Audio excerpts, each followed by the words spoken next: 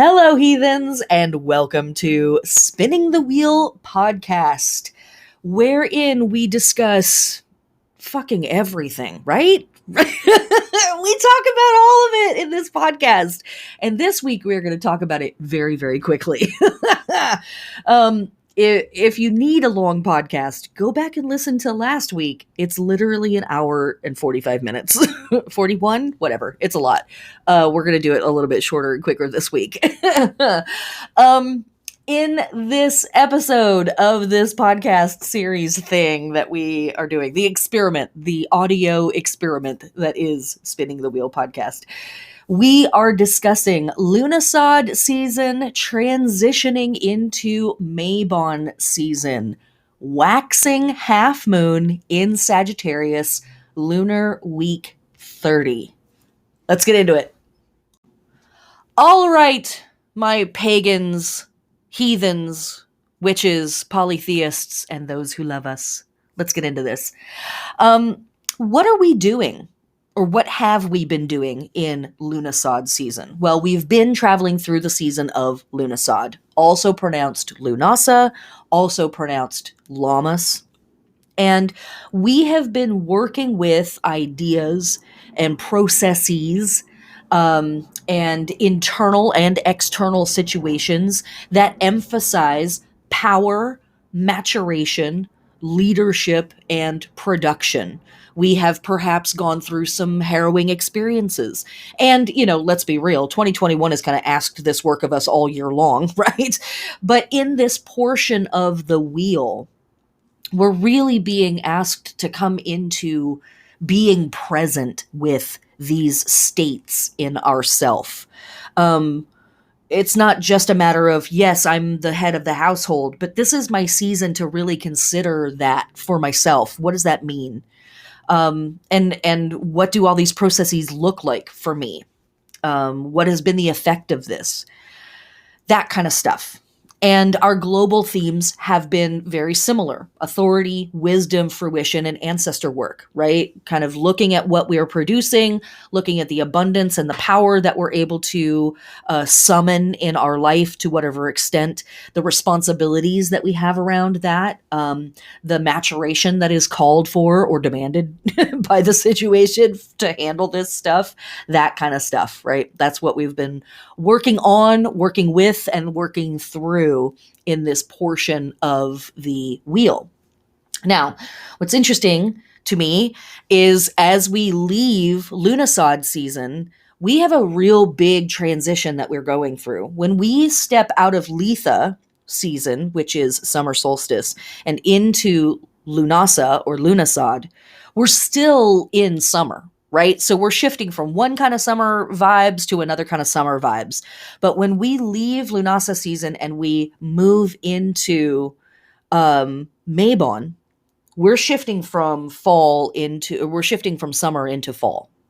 So we are truly moving from one portion of the wheel into a new, different portion of the wheel that's going to ask of us some big shifts, some big adjustments. And so let's get into it. In Mabon season, our witches' work centers more around harvest, health, purification, and transition. We're not going to get too much into this stuff today because the Mabon class is this Thursday on September 16th at 6 p.m. Pacific Standard Time.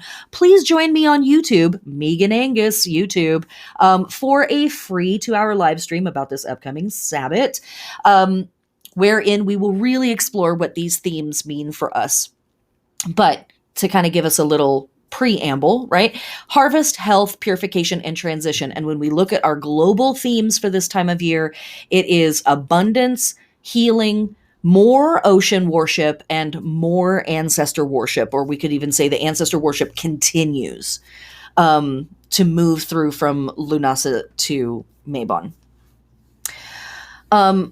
So we have this big shift that's being asked of us, and there are some pretty powerful archetypes in our religions, our spiritual practices, our cultural backgrounds, that we can ask for assistance. We can ask them for guidance. And this is a really fantastic week to be tapping into some of these archetypes or these entities and asking them for assistance in your shift as we move from the high of summer into the fall of fall, as I like to say. All right. So with all of that in the back of our minds or at the tip of our broom, at the surface of the cauldron, let's stir this bitch and see what we can find in the depths. All right, our lunar week starts September 13th with a waxing half moon in Sagittarius at 21 degrees. This waxing half moon is sextile Jupiter retrograde in Aquarius, and that's kind of cute because Jupiter is the ruling planet of Sagittarius, so it's bringing extra sagginess to this Sag moon. And in general, when we are working with this waxing half moon in Sagittarius, well, let's back it up for just a second. Anytime we are working with this lunar phase, the half moon, it means that the moon is square to the sun, or that the sun is square to the moon. So this is the waxing half moon or the waning half moon. We have the new moon, and then we have the waxing crescent, and then we have the waxing half. Same on the other side. We have the full moon, and then we have the disseminating, and then we have the waxing half. So we're going to encounter this half moon phase twice in every lunar cycle. And it is a bit of a crisis moment because the moon is square to the sun. The sun is square to the moon. So they're not seeing eye to eye. Squares can be difficult moments. Lunar transitions happen very, very fast. So it's not like we need to think, oh, this whole day is screwed. I got to take it off of the calendar. I can't do anything that day. It's not like that at all. It's more of a, we've started our lunar process, right, at the new moon. We had some cute moments with the waxing crescent. And now at the waxing half, the universe is kind of like, hey, it's time to put up or shut up. Are we going to do the thing or not? Are we going to sit here for another month and think about doing the thing? Or am I going to push against my inertia? Am I going to pull against the gravity of this situation? And am I going to like summon my will and make the thing go and do? Whatever it is. Doesn't have to be epic. Just whatever it is. But on this waxing half moon in Sag in particular, what can come up for us is a deep yearning to know things, for information. We might be really yearning for a teacher. We might be really yearning for a piece of information that feels like it's going to solve everything. And it probably isn't. And even if you find that teacher, they are probably not going to have all of the answers. And so that's kind of the crisis or the square of this, is sitting in that place of, I want to know stuff and I may never know it all. In fact, I may never get some of my hardest questions answered in a really satisfactory way. And what does that do for you? How does that feel? Where does that sit in you? Knowing that there's stuff you want to know, and also knowing you might never get those answers. Astrology sometimes asks us to do interesting work, but it's a cool, weird week for an experiment like this. And we'll get into that symbolism in just a second. Okay, so for our waxing half moon in Sagittarius, we want to be awakening, activating, adorning, stimulating, or nourishing for action our lower back, our sciatic nerve family, and our thighs in particular. As I say in every episode, I am not a medical doctor. No way, no how. I don't even play one on TV. So if you are wanting to incorporate lunar rhythms into your body care, check in with your trusted health advisor who is actually legally allowed to give you this information and validate what some crazy lady on the internet is telling you about astrology and your thighs. Okay. For our plant body work, we are harvesting, we are controlling insects and pests, we are plowing, we are weeding, and we are pruning, especially for above ground results. As we've said all summer long, Litha season and Lughnasadh season are absolutely some of the very best times for harvest, and we are moving into the second harvest with Mabon, so we're going to keep going with that. But when it comes to a lot of herbs and flowers, those growing seasons are drawing nigh. We are coming to the close of a lot of that stuff. So the types of things that we are going to be harvesting going forward as witches magically, we're thinking of things more like along the lines of seeds, and we're thinking of things that maybe have dried out by this time. And then there will be other things that are safe to harvest as we move through the year. And of course, as I always say in every episode, please, if you are engaging in harvesting plant parts that you did not personally grow, please be ethical about where you harvest, what you harvest, and how you harvest. Consider the person who grew it, consider the people who lived here before you, and consider the damaging effects that your presence may have on that environment or the landscape there, what damaging effects your harvesting could have. Just be mindful, witches. That's all. Just pay attention. Ask for permission, leave thanks, and then leave no trace. Let's move on to the holy days of September 13th. All right, our holy days for September 13th are pretty fucking dope. In fact, we have really cool holy days all week this week. Yeah, okay. We have another day dedicated to Saint John the Baptist on here, September 13th. We talked a lot about Saint John the Baptist throughout Litha and Lughnasadh season, so we're not going to spend a lot of time talking about him here, but this is our Crom Dub. This is our Crom Croak, the Dark Bent one, the Holly King, who is the cohort to the Oak King for pagans and witches. Saint John the Baptist is beheaded at a time of the year that we see lots of pagan gods being beheaded, or having some kind of a blinding moment or a mark on their face, strangulation, something along those lines. So right in the groove there. Okay.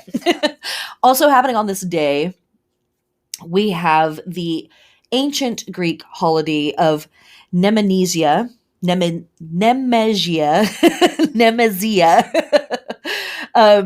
And this is a death holiday that is in effect honoring ancestors and feeding ghosts. That's really kind of what this holiday is all about.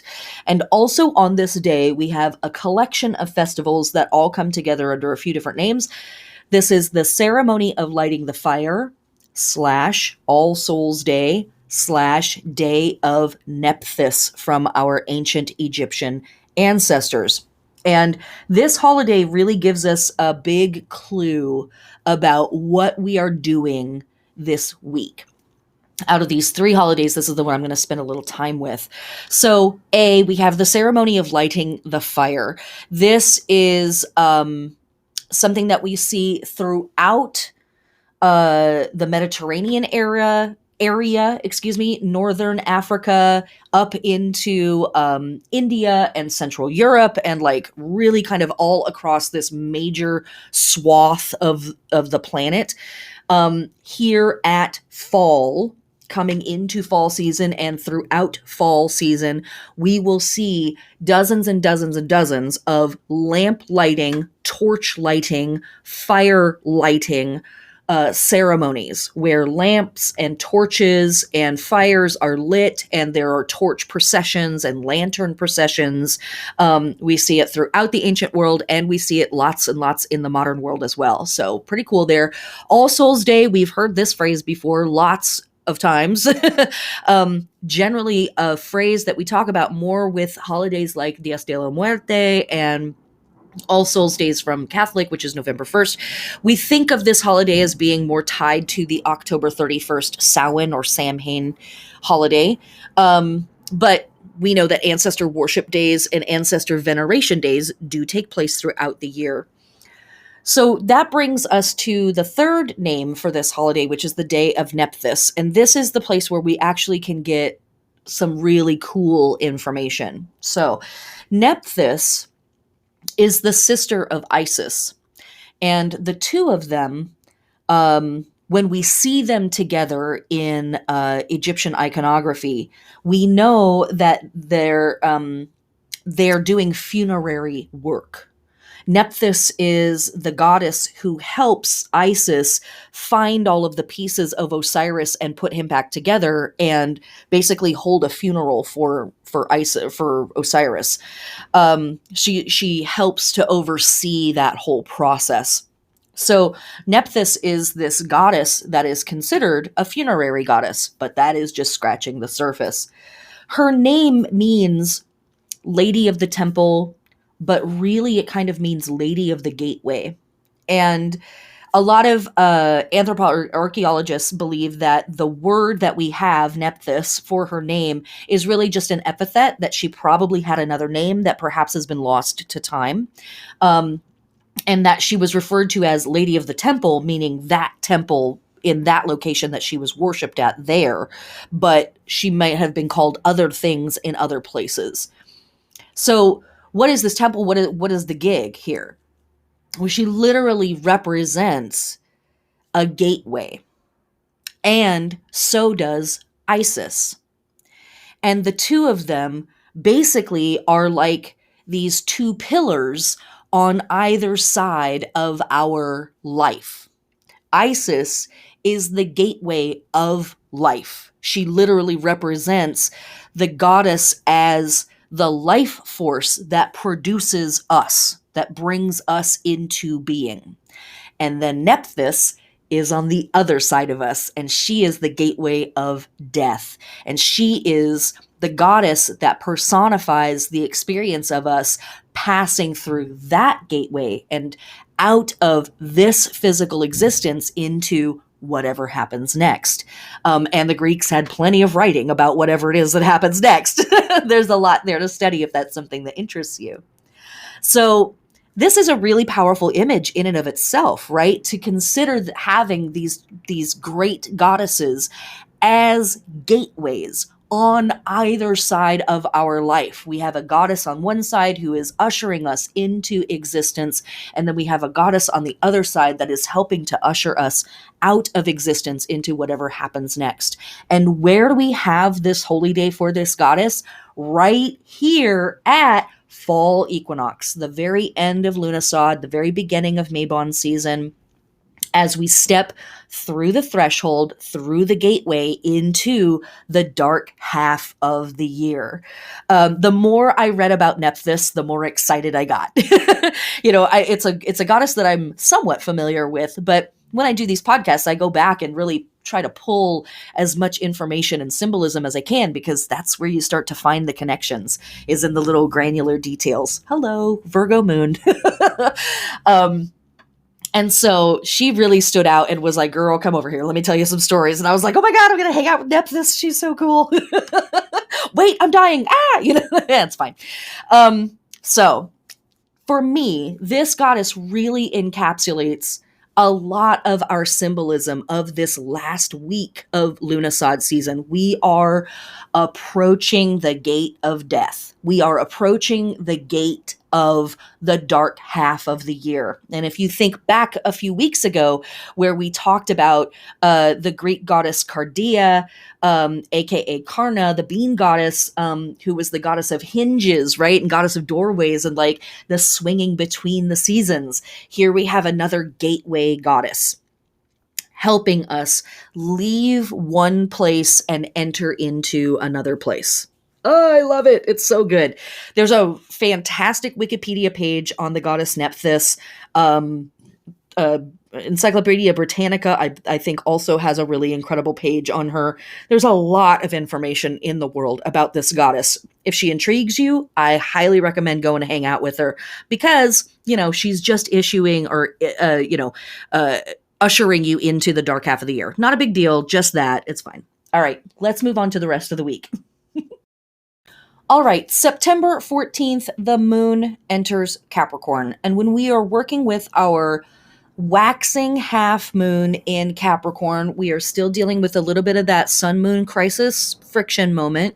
So the stuff that's coming up for us potentially with this lunar phase on this day or the couple of days that the moon is hanging out in Capricorn could be an internal conversation around what am I doing to achieve my goals in the physical world, in the real world, and what am I doing to stop myself from achieving those goals? Am I allowing other people to interfere with my business? Am I allowing my own doubts to interfere? Like, what's holding me back?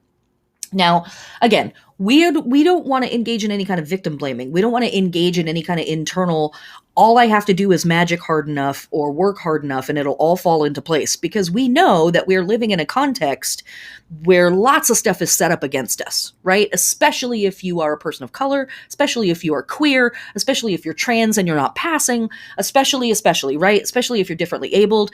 Like, you know, there's so many things in the physical world and in the modern world that are like, oh, you're not perfect? Well, screw you, So I'm not talking about that, right? Like, let's keep in mind, we've got a context that we're working in. But aside from that stuff that we may or may not have influence over, what are the things in my life that I do have influence over that would help push me towards my career goals? And what are the things in my life that I do have influence over that are holding me back, that are keeping me from my physical world goals?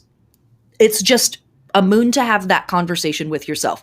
We don't have to necessarily make any plans. We don't have to sign a contract. We don't have to move on that information. This is just, we want to open up the dialogue and ask ourselves, where am I in achieving my goals? And is there anything under my influence that I can change in that situation?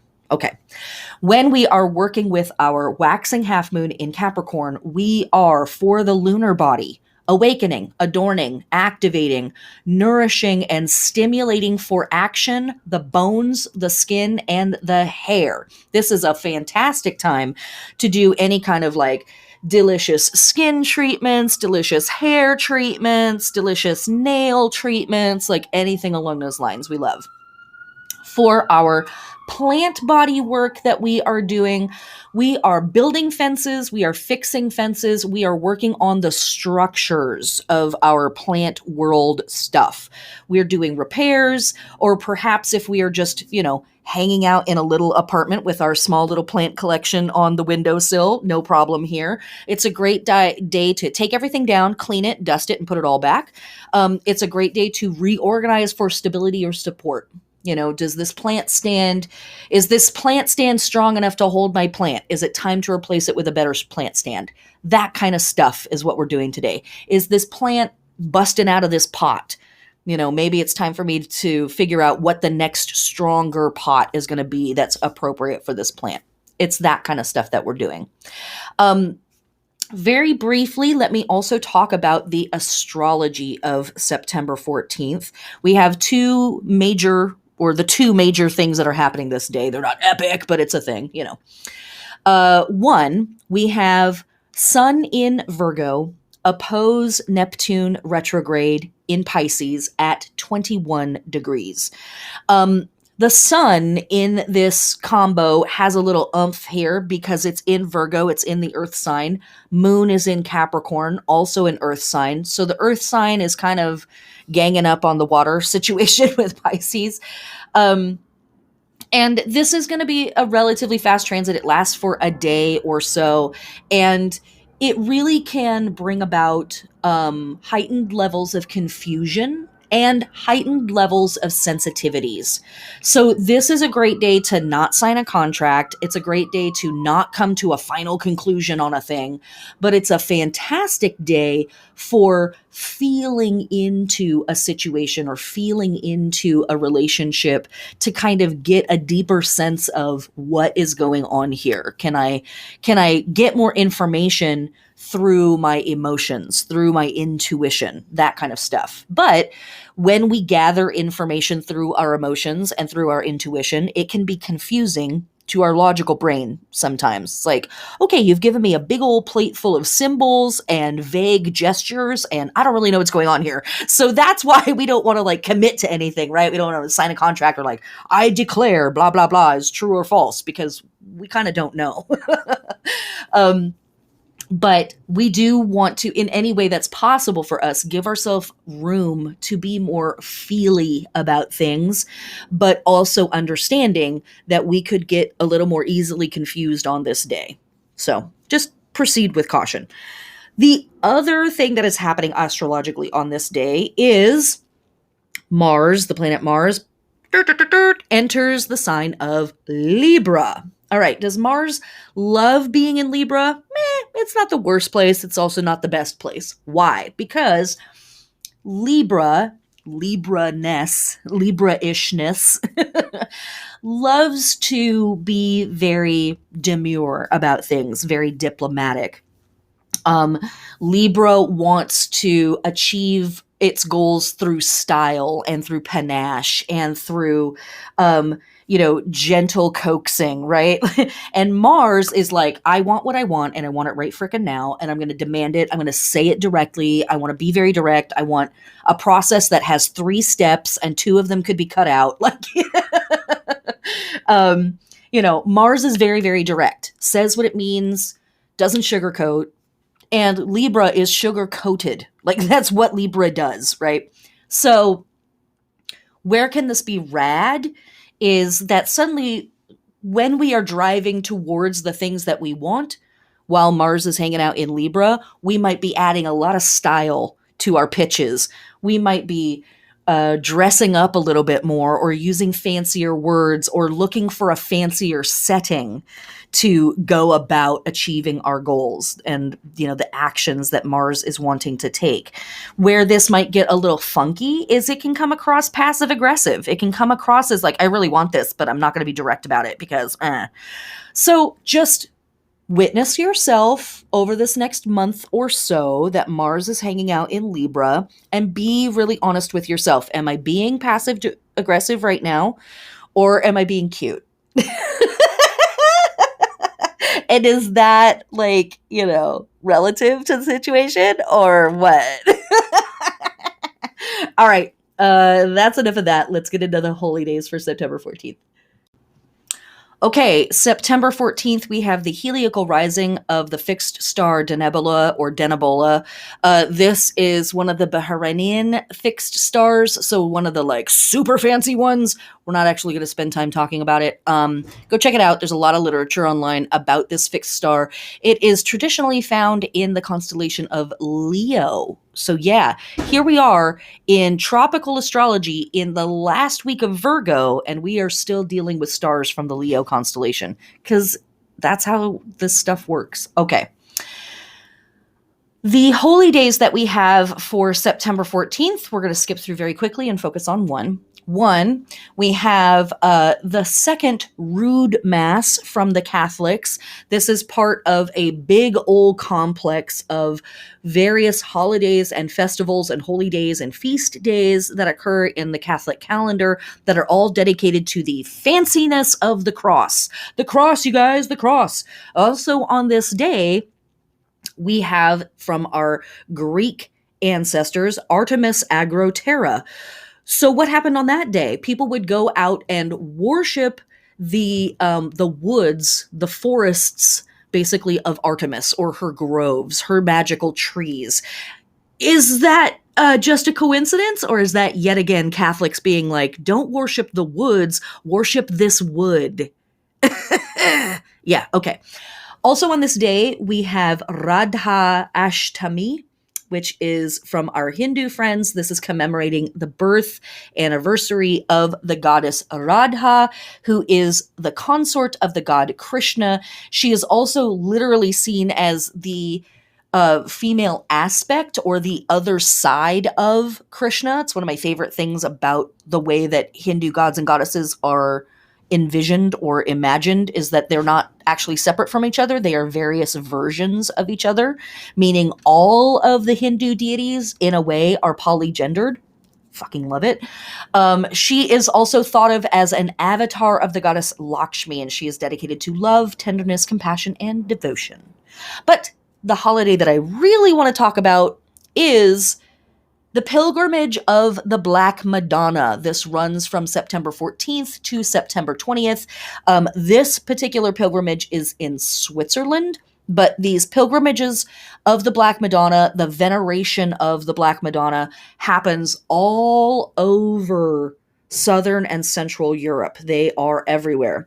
And there is a lot of conjecture about what are the Black Madonnas? Where did they come from? How did this start? Why are they black? Because, oh my God, I need my white-faced deities, right? So, what's up with them? Well, leave it to me, your local witch. I've got opinions. But also, I've got a little bit of fact and history, too, mixed in. And from my research, it's funny because there are a ton of historical records out there that are kept by the churches wherein you can find these Black Madonnas. And they all insist that the reason that they're black is because of candle smoke. They didn't start out black. They started out with starch parchment white faces, ivory white faces, and they were turned black by soot over time. Girl, no. Mary? No, I don't think so. I'm sorry, it's not. We're done. Up to and including in places where there has been cleaning or repair done on the Black Madonnas and they have come back with a different colored face, the local parishioners are like, absolutely not. We want our Black Madonna back. And they're painted black if they are not restored to a deep colored blackness. So again, what are they? Well, the Black Madonnas are a version of the Virgin Mary that we find in some cathedrals around the world. Again, mostly Southern and Central Europe. They do exist in some other places. They look a lot like Kali to me, but they also very much look like this black goddess that is the chthonic earth goddess, the goddess of the soil. We often think of the goddess when it comes to goddesses as vegetation, goddesses as earth mother, producer, provider, that thing, as these goddesses of abundance, yes, but overworld goddesses, right? In depictions, we see the sun is shining. We see that fruits and vegetables are teeming out of giant cornucopias, and there's flowers and there's birds and children frolicking in a field of flowers and whatever, right? It's very bucolic, but it's very daytime. It's very above world. To me, the Black Madonnas connect us to a tradition of vegetation goddesses that has become hidden, that have gone underground, that are literally underground. And this also connects us back to our Greek goddess that we talked about in this episode, as well as a couple of weeks ago, Cardia, and other goddesses like her that are chthonic. The bean goddesses, the root goddesses, the seed goddesses, the goddesses that have to be pushed back down into the soil, and they do their magic there in the black, dark soil, out of sight, underground. That's also where we put our bodies when they die, right? So, I don't have all the answers here, but a lot of this symbolism really swirls around in my mind all together of seeing these Black Madonnas, thinking about these black-bodied, chthonic soil vegetation goddesses that are the black earth, that are the rich black soil of earth, and also the place where we put stuff where we die to feed the mother so that she can then, in spring, turn around and feed us again. You see what I'm saying here? You get what I'm putting down? Are you picking up what I'm putting down? I very much see the Black Madonnas as like an extension of Virgo energy, an extension of perhaps even this Nephthys energy, an extension of Kali energy, because Kali certainly is also a goddess that destroys so that creation can happen later in the future, black-bodied, etc., etc. Am I right with this? I don't know, but I love how all of this stuff comes together. And here, Pilgrimage of the Black Madonna, literally the week leading up to fall equinox. As we like to say here on the episode, on the podcast, I'm sure it's just a coincidence. Let's move on to September 15th. All right, that brings us to September 15th, and astrologically, we don't really have anything too exciting going on. The moon is still in Capricorn, so I encourage you to continue to do your Capricornian lunar work. And as for astrology, we have nothing of note on that day. And so let us turn to our holy days of September 15th, of which we've only got two. Two kind of big ones, but only two. The first one to speak of is from our Catholic friends, the Feast of Mater Dolorosa. This is also a holiday that is celebrated by pagans who work with the Virgin Mary as an iteration of the goddess in her grandness. Mater Dolorosa is literally Our Lady of Sorrows, the Mother of Sorrows. Mater, that word connects back to some pretty hefty goddesses like Ma'at, the Egyptian goddess of the physical plane. Yeah, just little things like that. But Our Lady of Sorrows, this is a very particular iteration of the Virgin Mary.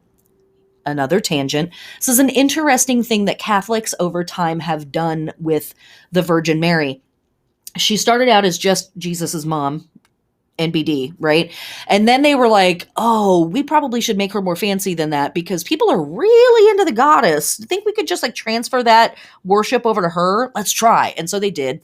And what happened was the more places that they pushed into, the Catholics, with the Virgin Mary as the goddess to supplant, whatever the local goddess was, they realized, oh, she doesn't, in this form, she doesn't cover anywhere near enough aspects. And so what you find is over time, all of these amazing different iterations of the Virgin Mary have come to pass. So we see the Virgin Mary as, as we've talked about in the last couple of weeks, as this bridge between the flesh and the spirit world, as like we've seen her as the embodiment of wisdom. We've seen her as the mother, right? We've seen her as the protector. We've seen her as the provider. We've seen her as the healer. So this is her in her sorrow, and also her in her capacity to heal and protect people from sorrow and from tragedy and from sadness. Also on this day, September 15th to September 16th, we have the very important Jewish holiday, Yom Kippur. This is one of, if not the holiest day of the year for Jews and Jewish folks. They feel that they are the closest to God on this day and the essence of their souls. Yom Kippur means Day of Atonement. And so this is a day where Jews will possibly fast. They might abstain from sex. They might pray. They might spend their day in dedication to charity services and things along those lines. The idea is to really kind of grapple whatever it is over the last year that might have been sinful that they have done or said, and to ask for atonement from those acts to go into the next year. Remember, we just had Rosh Hashanah, the Jewish New Year, just a few days ago. And so this is kind of like, hey, we just started a brand new year. Let me start with a brand new karmic slate and sin slate with deity and move into this new year, the new half of the year, with a clean slate. So pretty cool stuff.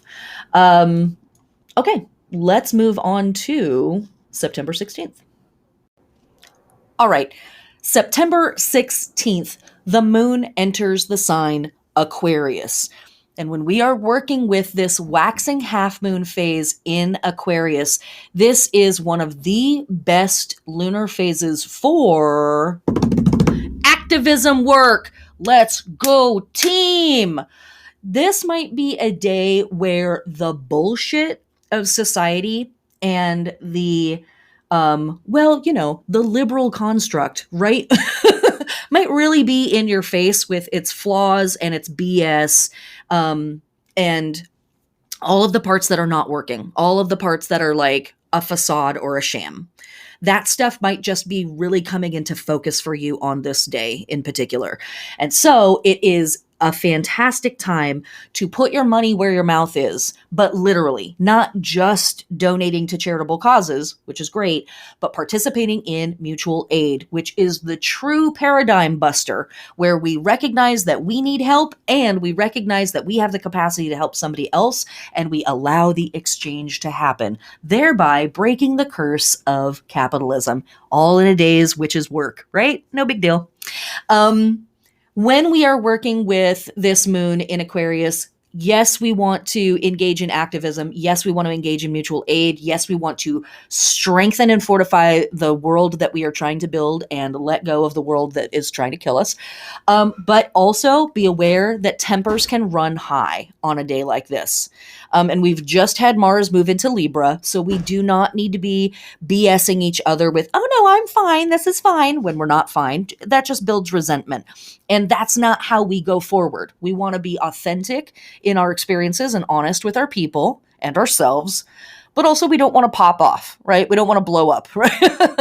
So just be aware that tempers can run high because everybody's so freaking passionate about the thing. And it's totally okay to be passionate and to disagree and to say, I need to take a walk around the block and I'm going to be right back so that I can be focused on the goal. And I can let go of any ego attachments that I might have around, I need it to be a certain way. Just that stuff. That's all. That's all. When we are working with our waxing moon in Aquarius, we are activating, awakening, adorning, stimulating, and nourishing for action the legs and especially the knees and the ankles. Again, as always, whatever is safe and healthy for you. Right?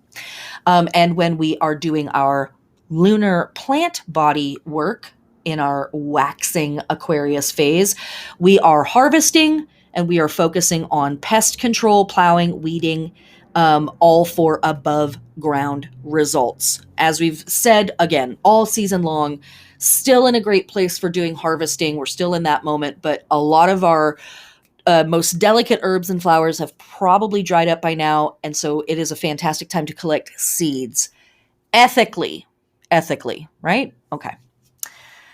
Astrologically, what have we got going on for this day? A couple of things. One, we have the sun in Virgo, trine Pluto retrograde in Capricorn at 24 degrees. This is going to be about a day-long transit, so be aware this isn't something that's going to just pop off for a few hours. You got a whole 24 to 26 hours of this. And what happens when we have sun trine Pluto? We want to investigate everything. We want to get to the bottom of the thing. We want to get to the dark heart of the thing. We want to route out the secrets, route out the spooky parts. We might want to really talk about taboo stuff on this day. And if you're with people who are into that, then cool. And if you're with people who are not into that, it could feel like there could be a sense of busting in on people's secret realms, right? Like getting up in people's business and they're not quite prepared for it. So just know that you might be really excited about getting to the secret heart of a thing. And somebody else is like, hello, that's my secret. I'm trying to keep it secret. Thank you.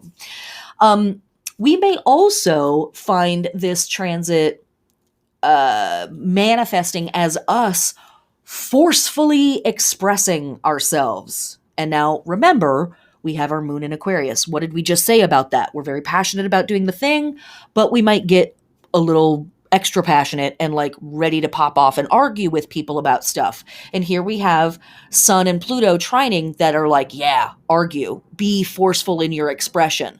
So just know that when you are saying something with passion on this day, even if you don't mean to, you might be interpreted by others around you as being really forceful and really dominant about what's going on and demanding that things go your way. And maybe you are. So just check yourself. Is it right for me to try to be in charge and demand that things go a certain way? Or is it appropriate for me to step out of the leadership role, take 5 minutes, clear my head, come back and reorient to what is the goal? As long as that gets achieved, the rest of the stuff will take care of itself, right? Sometimes it's right for us to be like, no, it has to be this way. And sometimes it's right for us to say, I got to get my wants and desires and opinions out of the situation and just see what the goal is that needs to be achieved. That's a lot of our moon and astro work that we're doing on this day. Also on this day, though, and we have Venus in Scorpio square Saturn retrograde in Aquarius at 7 degrees. This is probably the spiciest astrology of the week. And it's spicy. It is spicy. Venus in Scorpio gets a little spooked out.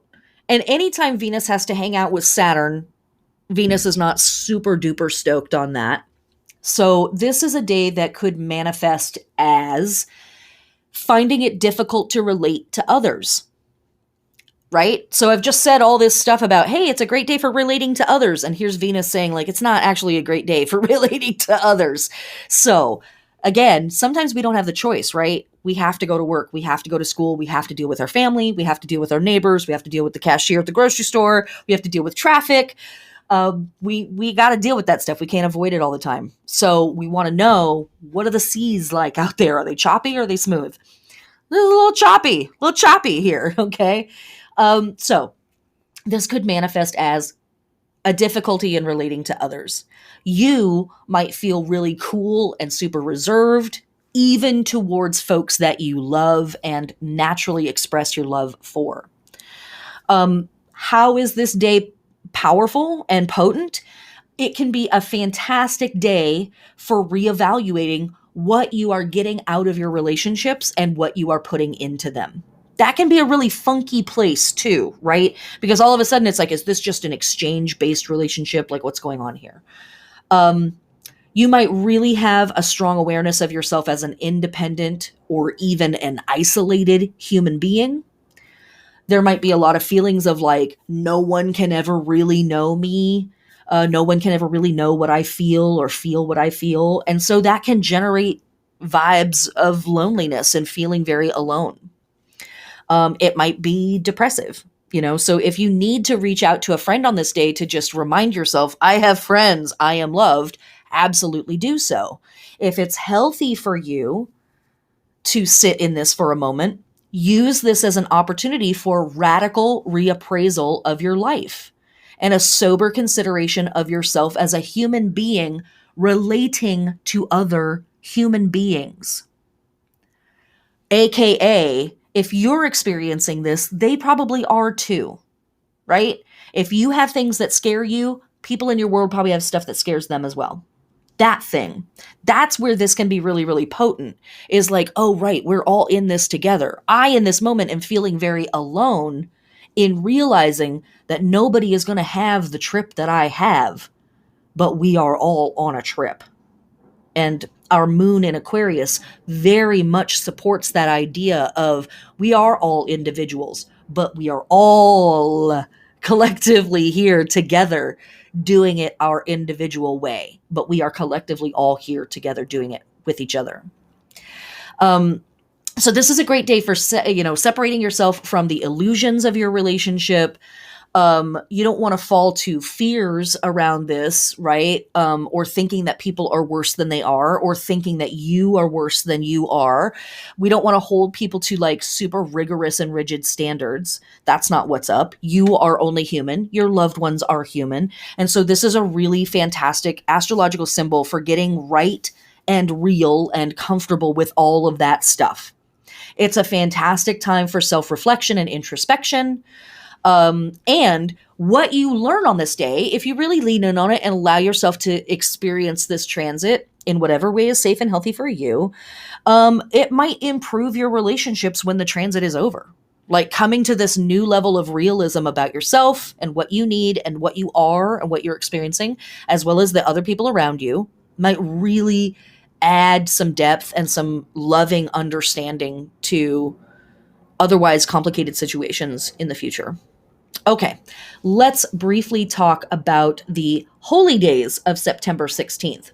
We don't even need to move to another. I'm not even going to start and restop. And what am I trying to say? Whatever.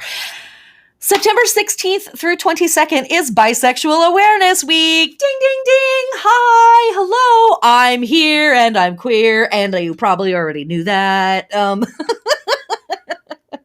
Bisexual Awareness Week is a global holiday started somewhere in the 80s or the 90s, just to bring awareness to the fact that, yes, we're here too. It's not a phase, Mom. Bisexual Awareness Week, global holiday, September 16th through 22nd. Also happening on this day, we have the Dies Natalis for the temple of Asclepius from our Roman ancestors. Asclepius was a famed healer back in the day, and had lots of healer daughters, amongst them Hygeia and others. Asclepius was actually absolutely known for being a magician and a healer at the same time, a symbol that we see over and over again in our holy days on this week. This was the Dies Natalis, so it was the birthday of the temple, aka the day that the temple was erected, or maybe the first stone was put down, or the last stone was put into place, something along those lines. So, holiday dedicated to that guy. Let's move on to September 17th. All right, September 17th, our moon moves into the gibbous phase. So we have the gibbous moon in Aquarius at 9 degrees at 1:18 a.m. Pacific Standard Time, later in the day for everyone else. What are we doing with our gibbous moon in Aquarius? Well, we have moved out of just throwing in on our mutual aid stuff and just jumping in and being like, yeah, let's get some work done. Woohoo, I'm serving the community and the community's serving me. Hooray. And we are moving into appraising some of that work and kind of going back over what worked and what didn't. And in particular, we tell tales of trickery that worked, that brought justice when nothing else would, that got a lesson through a hard head. It is a fantastic moon for approaching a problem in an unusual way, or brainstorming for something that has never been thought of before. A beautiful follow-up to our activism stuff that's very straightforward is, let's talk about activism that maybe wasn't so straightforward, but was extremely effective.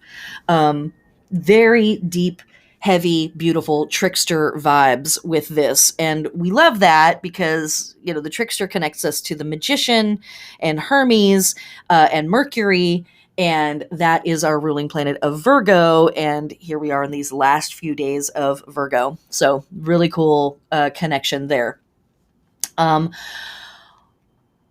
In sidereal astrology, the sun enters Virgo today. So for all of us kids in the West who practice tropical astrology, we are in the last few days of Virgo. For folks that practice sidereal astrology, and I believe the Vedic forms of astrology as well, these folks, the sun is just entering Virgo. Why? Because that's what's physically happening up in the sky. We don't have time for me to go on my classic rant about how the Catholic Church tried to break the wheel of the sky in this particular episode of the podcast, but know that it is a popular theme for me to rail on. Just the Catholics trying to freeze time and space. It's fine. It's fine. We're working on it. Okay. What are our, that's it for the moon. That's all that's going on.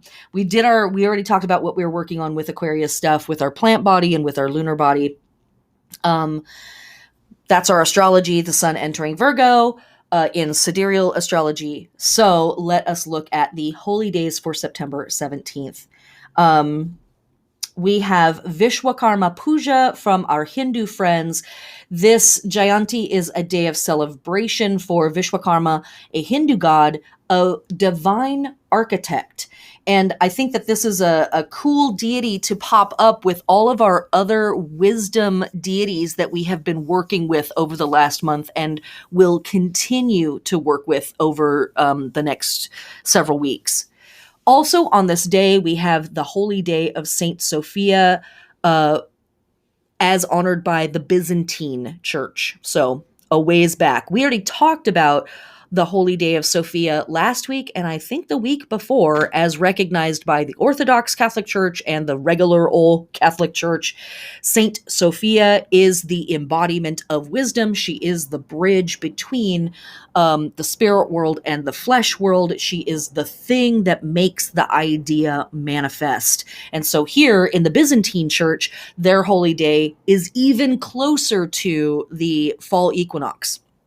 Also on this day, we have the feast of Saint Hildegard of Bingen from our Catholic friends, but really this is almost a global thing because Hildegard was the bomb and what was and is venerated by lots of people, religious and atheist, all around the planet. Why? Because she was a fucking badass. She was a polymath. There wasn't anything she didn't know about. She is, some folks list her as the founder of German natural sciences. She was a visionary. She was incredibly smart. And probably the thing that currently she is the most well known for are her incredibly psychedelic paintings that she did that were her visions. She was a visionary. She was an oracle. She was lucky enough in her time to be taken in by other Catholic women, some of them also who had visions, and they were like, yeah, come with us, hang out over here. No, she's not a witch. She's a nun. It's fine. That thing. So she was one of the lucky ones that got plucked out of the masses and, was guarded for her visions rather than persecuted and murdered for her visions. There is not enough time, unfortunately, in the scope of this podcast to talk about all of the incredible things that St. Hildegard of Bingen did, but she is and was and is absolutely an embodiment of wisdom. And so to have her feast here on the same day as the Byzantine Church's acknowledgement of Sophia, within the same week or two of the other Catholic Church's acknowledgement of Sophia, and all of these Virgin Mary holidays that recognize Mary as the embodiment of wisdom. Hello, come on. Interesting that her death happened to fall on this day or during this time period, and that this is when she is venerated. Really, really, really cool character from history. Highly recommend, if you are at all intrigued, go check out Saint Hildegard of Bingen and be ready to have your mind blown because she's dope. Okay, let's move on to September 18th. All right, September 18th, our gibbous moon enters Pisces. And this is a really incredible time to engage in the enjoyment of poetry and other stuff that is going to move us and inspire us. Reading poetry to yourself, reading to a group of people also is good. It's a good time to write it. But it's really about sort of appreciating nature and appreciating the artistic expression of things. And I love this coming after this activism moon because it really reconnects us to like the ultimate goals of our activism, the ultimate reasoning behind our activism, which is, to be good people, right? And to have a beautiful world and to take care of each other. And that very like humanitarian spirit oriented thing of like, oh yeah, we're all one fraternity. That's right. Great moon for walking in nature, for making love, listening to music. And as Raven Caldera suggests, it's also a time to think about what you are willing to sacrifice for your own creative self-expression, or perhaps why you sacrifice it instead. That thing. Okay. For our lunar body work that we are doing while we are working with a gibbous moon in Pisces, we are awakening, activating, stimulating, adorning, and nourishing for action our ankles, and especially our feet. Give your feet a good massage. Go get a good massage for your feet and your ankles. Your body will love you for it. And for our plant lunar body stuff, we are planting, we are transplanting, and we are grafting, especially for above ground results. That's it for September 18th. There's literally nothing else going on. Crazy. And so that brings us to September 19th. We still have our gibbous moon in Pisces, so continue to do your Pisces lunar work. Read your poetry, go walk in nature, go hump next to a plant, that stuff. Just basic astrology, witchcraft. It's nothing big. What do we have going on this day? Well, one of the things is we have the heliacal rising of the fixed star Zavijava. And we're not going to spend a lot of time talking about this fixed star, but this is a fixed star found in the constellation of Virgo. The Arabic name for this connects to a phrase that basically means gloriously beautiful, but it is also symbolically called correct weighing. And this probably derives from the Arabic al-Zawiyya, or al-Zawiya, which among other things means a small mosque subsidiary to a larger one nearby. Since such a mosque is very much a symbol of authority in its locality, as a parish church is in other communities, the idea conveyed here is of someone holding a position of command but subject to a higher command behind them. And that immediately made me think of our work that we have been doing with this bridge concept, right, of our goddesses, our various versions of Sophia and the Virgin Mary and all of these other deities that we've been working with that are a connection between the Holy of the Holies and us here in the mundane world. Now, you add patriarchy and it's one person is more in charge and one person's less in charge, whatever. But this all makes me think very, very strongly about the tarot card, the High Priestess. Now, the High Priestess A sits between two pillars, a black pillar and a white pillar. So there's our two gates that we talked about with Isis and Nephthys at the beginning of the episode, right? Well, maybe. Cool. But what is the job of the High Priestess in tarot? Their job is to hold on to the secrets until we are ready for them. They literally act as a gateway, an initiatory point into the rest of our spiritual adventure and our intuition adventure that we're going to go on as we become magical beings and wake up to our own capacity and ability and power. But at first, the High Priestess is like, not yet. Like, here's a spoonful. Let's see if you can swallow that and handle it. And now here's another spoonful. Let's see if you can swallow that and handle it.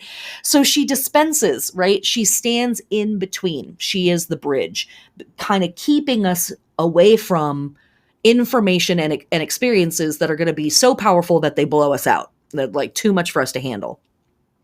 So all of this symbolism really blurs together. Is the High Priestess directly connected to any of this stuff? Not necessarily, but the High Priestess in tarot represents the moon, and we certainly have lots and lots of lunar-oriented goddesses with all of this stuff, right? Or gods that are connected to the moon and wisdom, the moon and healing, the moon and intuition, that thing. So it's interesting. This could just be my, addled brain, right? Connecting things because the symbols, man. But it has been really, really strong for me as I was doing the research for this week's episode, was just like, wow, she's so obviously depicted in this card, even though it isn't directly associated. So cool thing. Maybe if you work with tarot, you might pull out the High Priestess for this week and just hang out with her and see if something comes up for you. There's that. Okay, let's talk about now the holy days of September 19th.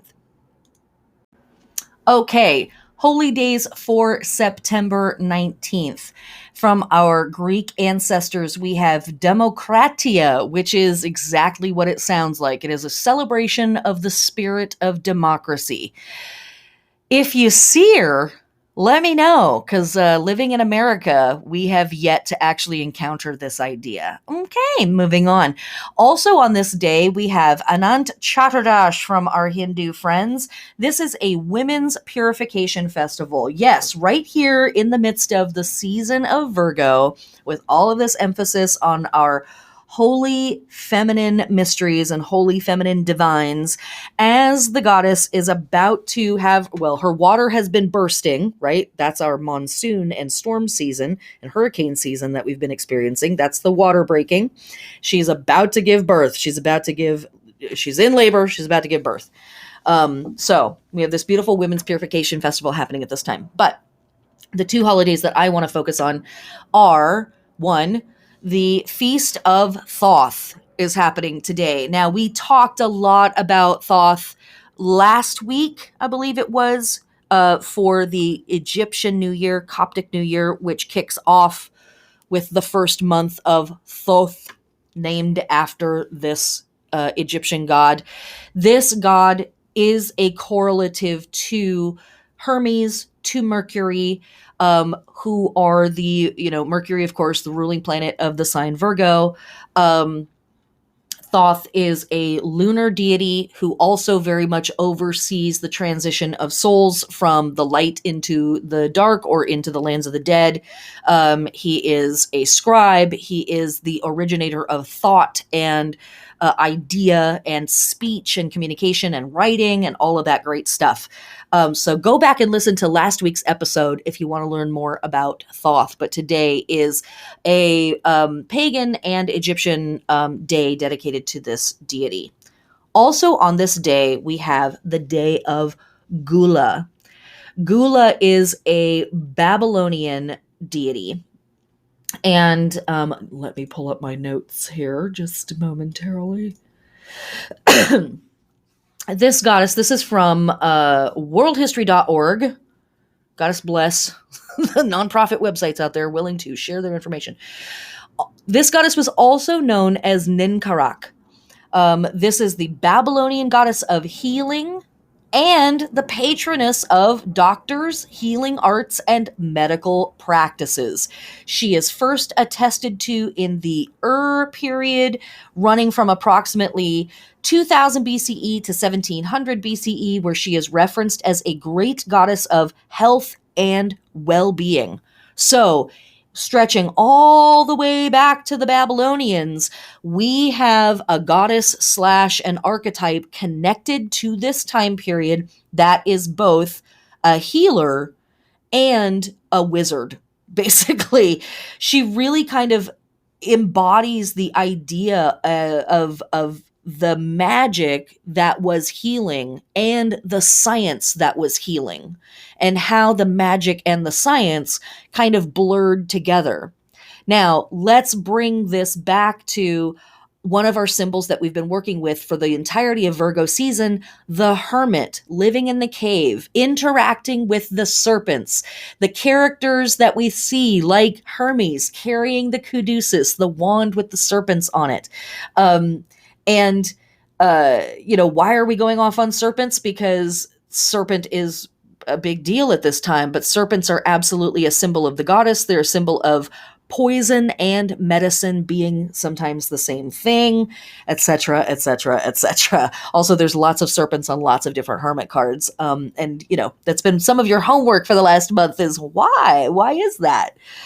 Her name, Gula, means great, and is usually interpreted to mean great in healing. Well, Ninkarak means Lady of Kar, interpreted as Lady of the Wall, as in a protective barrier, though it has also been taken to mean Lady of Karak. Now, that connects us back to some of the things that we were saying about Nephthys, where she is the lady of the gateway. She's the lady of this great wall gate that you would have to pass through. And also that her name may be more connected to the place that she was being worshipped and her duties than her actual self. Karak is a city associated with that of Isin, and this idea combined the magical and scientific approaches of disease. She is also known as Bao or Baba. a goddess of dogs. People noticed that when dogs licked their sores, they seemed to heal faster. And so dogs became associated with healing, and Bao transformed into a healing deity. And we have a holy day dedicated to Bao next month at the beginning of October. As we like to say, I'm sure it's just a coincidence. So we have all of these really incredible, powerful deities and archetypes that we can work with this week that are straddling the line between healer and magician, and the embodiment of wisdom, and how sometimes you kind of have to like be a hermit to get some of that stuff done and like kind of hide away a little bit. That stuff. Okay, holy days for September 19th. From our Greek ancestors, we have Demokratia, which is exactly what it sounds like. It is a celebration of the spirit of democracy. If you see her, let me know, because living in America, we have yet to actually encounter this idea. Okay, moving on. Also on this day, we have Anant Chaturdash from our Hindu friends. This is a women's purification festival. Yes, right here in the midst of the season of Virgo, with all of this emphasis on our holy feminine mysteries and holy feminine divines, as the goddess is about to have, her water has been bursting, right? That's our monsoon and storm season and hurricane season that we've been experiencing. That's the water breaking. She's about to give birth. She's in labor. She's about to give birth.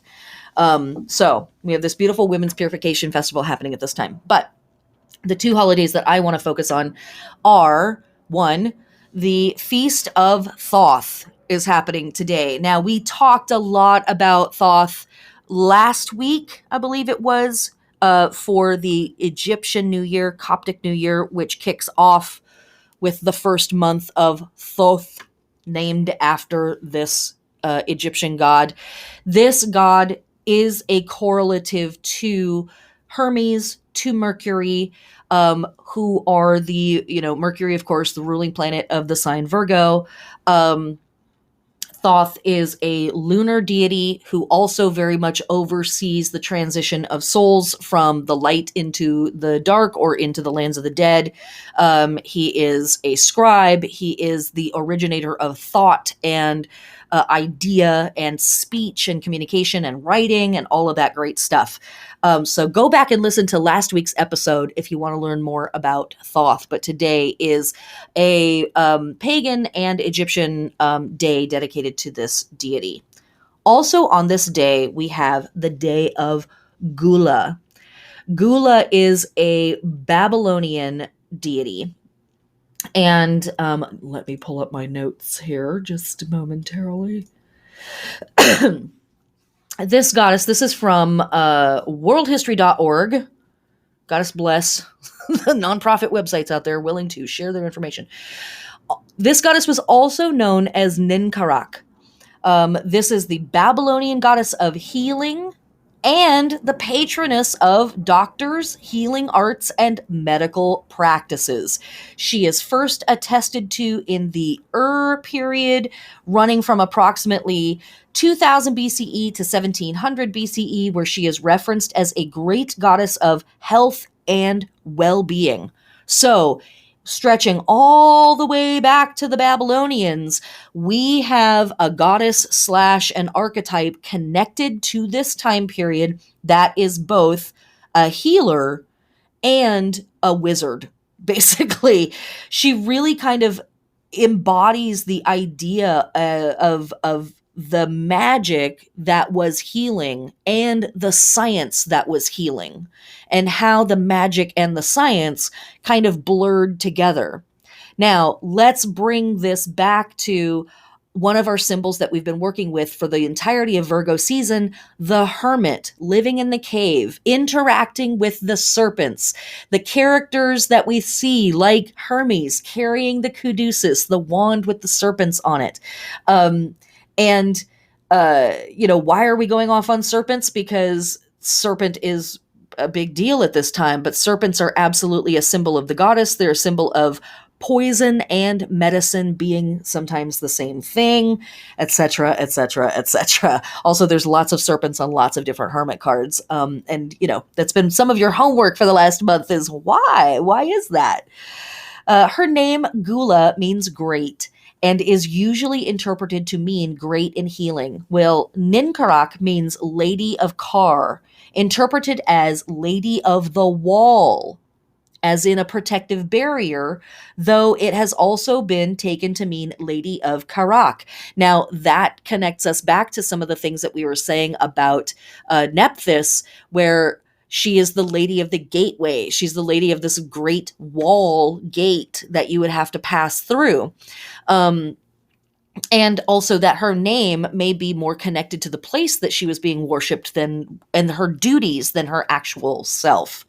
Karak is a city associated with that of Isin, and this idea combined the magical and scientific approaches of disease. She is also known as Bao or Baba, a goddess of dogs. People noticed that when dogs licked their sores, they seemed to heal faster, and so dogs became associated with healing, and Bao transformed into a healing deity. And we have a holy day dedicated to Bao next month at the beginning of October. As we like to say, I'm sure it's just a coincidence. So we have all of these really incredible, powerful deities and archetypes that we can work with this week that are straddling the line between healer and magician, and the embodiment of wisdom, and how sometimes you kind of have to be a hermit to get some of that stuff done and kind of hide away a little bit. That stuff. And so now would be a cute time to mention, way back at the beginning of the episode when we were talking about the Black Madonna and the procession of this Black Madonna in Switzerland, this particular Black Madonna is called, ready for this? Our Lady of the Hermits. And her veneration was started by a hermit who chose to live in a cave, who was known for his healing abilities, and who lived with 2 black ravens. I can't make this stuff up, guys, and I don't have to. All right, my friends, that brings us to the end of the week. So here is our roundup. We are moving from lunar phases Sagittarius through Pisces. So we are still dealing with our mutable sign energy, which is exactly what we want because we are shifting into adaptation to the end of the season. Our astrology for this week is pretty straightforward. We have Sun oppose Neptune in retrograde on the 14th. We have Mars moving into Libra on that same day. On the 16th, we have Sun in Virgo trine Pluto retrograde in Capricorn, and we also have Venus in Scorpio square Saturn retrograde in Aquarius. Next week, we have full moon in Pisces. The Sun enters Libra, aka the autumnal or fall equinox in the Northern Hemisphere. This is the spring or vernal equinox for our friends in the Southern Hemisphere. And also next week, hey, Mercury stations retrograde. Sorry, it wasn't going to all be good news. And later this week, please catch us on YouTube where we will be teaching the next Wheel of the Year class, which is September 16th at 6 p.m. Pacific Standard Time for Mabon, fall equinox, autumnal equinox, witches Thanksgiving, second harvest, fruit harvest, etc., etc. If you want more information about this or you want to know about this stuff before everybody else, you can sign up to my newsletter if you want even more information, or if you want to be a real badass and get access to the workbook and the calendar that we work with every week here in the podcast, you can sign up for my Patreon at the $9 or higher level. and have access to the Dropbox, slides, lots of stuff that we do not ever get to in the classes, lots of stuff that I don't ever get to in the podcasts either, and lots of other cool stuff. And you support this work. That's probably actually truly the number one reason that I think applying to my Patreon or subbing to my Patreon is really, really cool, because you get to help support this work and make it possible for me to continue to do this stuff every week. And so for those of you who do, I appreciate it. Thank you so much. All right, that's it. I will see you guys on the 16th. Or is it the 17th? I don't know. Go check the website. All right. Talk soon. Blessed be.